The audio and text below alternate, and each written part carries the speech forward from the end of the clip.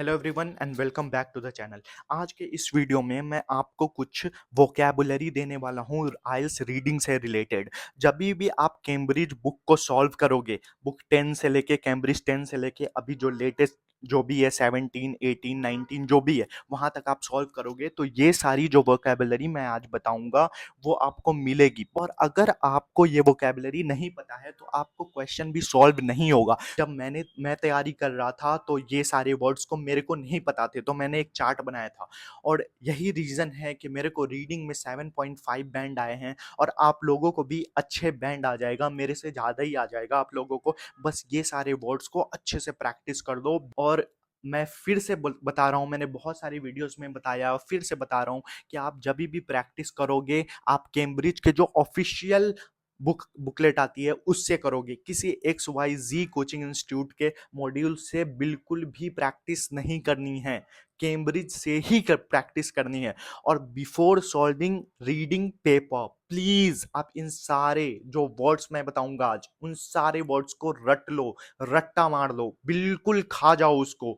और कोई भी डाउट्स हो तो आप बेझिझक कमेंट सेक्शन में लिखो। यार आप लोग वीडियो देखते हो, कमेंट नहीं करते, कमेंट में करो यार, अपने डाउट्स करो, अगला वीडियो आप किस चीज पे देखना चाहते हो वो करो। Most common words in Cambridge reading module. तो सबसे पहला है रीइंफोर्स। रीइंफोर्स का मतलब होता है टू मेक समथिंग स्ट्रॉन्गर, और ये वर्ड आप बहुत बारी उसमें रीडिंग मॉड्यूल में आपको मिलेगा। आप जब दूसरा है फेज आउट। फेज आउट ये भी बहुत जगह मिलेगा। फेज आउट मतलब टू रिमूव और स्टॉप यूजिंग समथिंग ग्रेजुअली और इन स्टेजेस। तो जब भी आप कैम्ब्रिज वाला सॉल्व करोगे तो एक पैसेज आएगा वहां पे कार वार के बारे में बात हो रही होती है, ठीक है। तो देखोगे वो बोलता है कि कार का या मुझे एग्जैक्ट तो याद नहीं है पर शायद कार का ही यूज जो है ना वो धीरे धीरे फेज आउट होता है, फेज आउट हो रहा है। तो फेज आउट मतलब क्या होता है कि रिमूव और स्टॉप ग्रेजुअली, मतलब ग्रेजुअली धीरे धीरे वो बंद हो रहा है, मतलब कार की यूज ग्रेजुअली बंद हो रही है। तो फेज आउट का मतलब अगर नहीं पता है तो वो क्वेश्चन आप नहीं सॉल्व कर सकते हो। इसीलिए ये वीडियो बहुत ही इंपॉर्टेंट होने वाली है आपके लिए। देन थर्ड जो वीडियो है वो रेग्ड। ये आपको पता ही होगा, रेग्ड मतलब very badly damaged. Very badly damaged, कोई चीज भी बहुत ही ज्यादा बुरी तरह से डैमेज हो गई है, बर्बाद हो गई है, तो उसे हम बोलते हैं रेग्ड, ठीक है।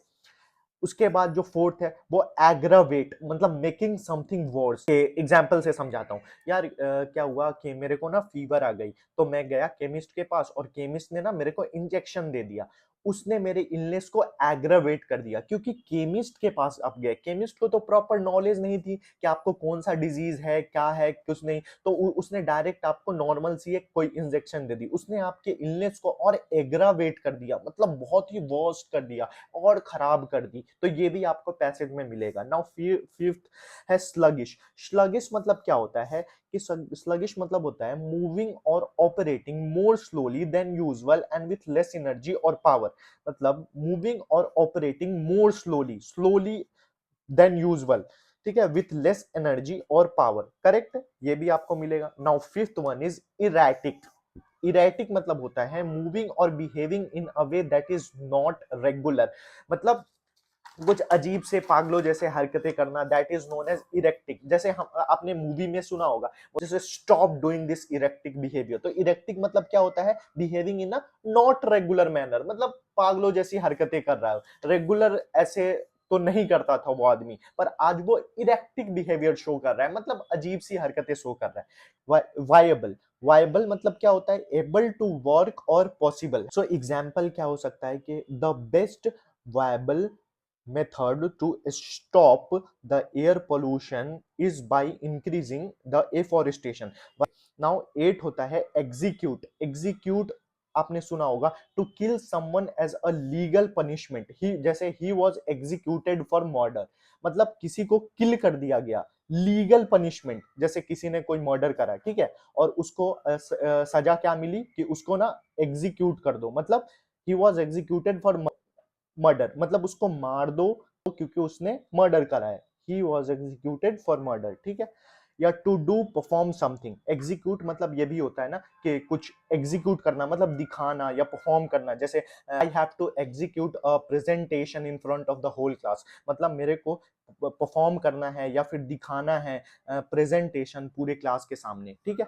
उसके बाद मैनहंट होता है on organise search for a person specially a criminal. अब ये आपको उसमें पढ़ोगे, किंग वाला एक पैसेज मिलेगा, उसमें आपको ये वर्ड मिलेगा मैनहंट। मैनहंट मतलब क्या होता है कि उसको, एक पर्सन को जो क्रिमिनल है उसको सर्च करने के लिए जो ऑर्डर होता है उसको हम बोलते हैं मैन हंट। मैन हंट मतलब नाम से ही देखो ना, मैन हंट मतलब आदमी को, हंट मतलब ढूंढना, तो मतलब किसी पर्सन को ढूंढते हैं, ठीक है, क्योंकि उसने कुछ क्राइम करा है ऐसा, ठीक है। इवेड, इवेड मतलब होता है टू अवॉइड और एस्केप फ्रॉम समवन और समथिंग। याद रख लेना, बहुत इंपॉर्टेंट है। इवेड मतलब टू अवॉइड और एस्केप फ्रॉम समवन और समथिंग, ठीक है। 11th आता है डेसिफर, मतलब to discover the meaning of something written badly और इन अ डिफिकल्ट और हिडन वे। जैसे example, can you decipher the writing on this envelope. Decipher मतलब होता है, सिंपल वर्ड में आप समझो, डिकोड करना। जैसे कुछ लिखा हुआ है ना, पुराने जमाने में जो लिखा होता था पत्थरों पे, तो वो उसको हम क्या करते हैं, डेसिफर करते हैं। मतलब वो क्या लिखा हुआ है मेरे को तो नहीं पता, पर उसमें उसकी जो मीनिंग है, वो राइटिंग की मीनिंग को पता करने को हम डेसिफर कहते हैं, ठीक है। Now 12th is cutting edge. अब कटिंग एज आपने बहुत बारी सुना होगा और ये कॉमन वोकेबुलरी है, ये बहुत इंपॉर्टेंट है, ये तो आना ही चाहिए। मतलब the most modern stage of development in a particular type of work और एक्टिविटी। जैसे हम बोलते हैं ना कि भाई मेरे को तो जर्मनी में जाना है, क्यों? क्योंकि वहाँ की जो यूनिवर्सिटी है that focuses on the cutting edge technology, मतलब मॉडर्न टेक्नोलॉजी, मतलब मोस्ट मॉडर्न, जो सबसे ज्यादा मॉडर्न है उसको हम बोलते हैं कटिंग एज, ठीक है।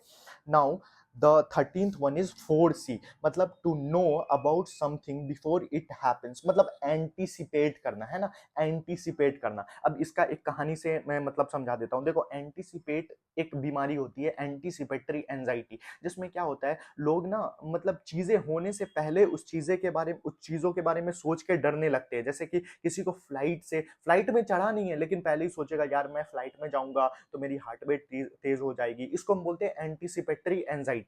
मतलब हुआ नहीं है जो चीज, उसके बारे में पहले ही नेगेटिव थॉट बनाना, that is known as anticipate. और फोर्सी मतलब भी वही होता है कि to know about something before it happens, ठीक है। फोर्सी ये बहुत इंपॉर्टेंट है। देखो, फोर लगा रहने दो, फोर लगा रहने दो, और V1 क्या होता है, जो C का होता है, C का V1 C, V2 क्या होता है 100, और V3 क्या होता है सीन। तो फोर लगा रहने दो और C 100 सीन कर दो, तो ये इसका वर्ब फॉर्म बन गया। ये इंपॉर्टेंट है, ये वर्ब फॉर्म कहीं तो आपको मिलेगा पूरे पैसेज में, जब भी मैंने ये लिख के रखा है, ठीक है। अब देखो, प्रीडोमिनेंटली 14 क्या है, प्रीडोमिनेंटली मतलब मोस्टली, मेनली, है ना। Predominantly I take shower in the morning, तो मतलब प्रीडोमिनेंटली मतलब मोस्टली या मेनली, ठीक है। और लास्ट जो हमारा 15th है वो है इमेंसली, मतलब एक्सट्रीमली और very much. I am immensely glad, मतलब I am extremely glad that you visited my home. मैं बहुत ही ज्यादा ग्लैड हूँ, बहुत ही ज्यादा खुश हूँ कि आपने मेरी घर पे पधारा है। इमेंसली मतलब एक्सट्रीमली, एक्सट्रीमली, वेरी मच, ठीक है। तो ये हमारे 15th हो गए। तो ये सारे 15th बहुत ही ज्यादा इंपॉर्टेंट है। तो प्लीज आप इस वीडियो को बार बार देखो, और कुछ समझ में ना आ रहा हो तो आप कमेंट करो।